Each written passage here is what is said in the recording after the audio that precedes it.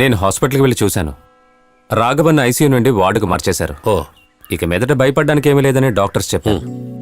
Case వాపస్ తీసుకోవడానికి ఏర్పాట్లు నేను చూసుకుంటాను. లేకపోతే రాఘవన్ వల్ల కుమార్కి ఎప్పుడూ సమస్యలే ఉంటాయి. తర్వాత నాతో నువ్వెప్పుడూ ఒక విషయం అడుగుతూ ఉంటావే, నా ప్యాకాటను వదిలేమని.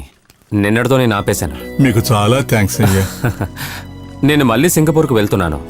ఇక మీదట అక్కడ జరిగే బిజినెస్ను చూసుకుంటేనే నేను అనుకున్నట్టుగా ఇక్కడ స్టార్ హోటల్ కట్టి పూర్తి చేయగలను. నేను ఎంత పెద్ద హోటల్ కట్టినా నాకు టీ నీ హోటల్ నుంచే రావాలి. నువ్వు ఇక్కడి నుంచి వెళ్లాల్సిన అవసరమే లేదు. ఈ కొట్టున్న 3 సెంట్ల స్థలాన్ని నీ పేరు మీద నేను రిజిస్టర్ చేశాను. ఇదిగో ఇవి వాటి పత్రాలు.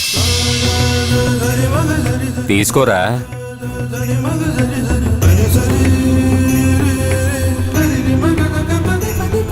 మీ అబ్బాయి కుమార్ ఏడ్రా? వాడి చేతి నుండి 1 రూపాయి కాయిననే తీసుకుంటేనే సాయంత్రం ఫ్లైట్లో నేను ప్రశాంతంగా సింగపూర్కు వెళ్ళగలను. మా వాడు ఏమిట్రా ఏడివాడు? ఆ రాఘవకు భయపడి నేను విజయవాడకి పంపించాను.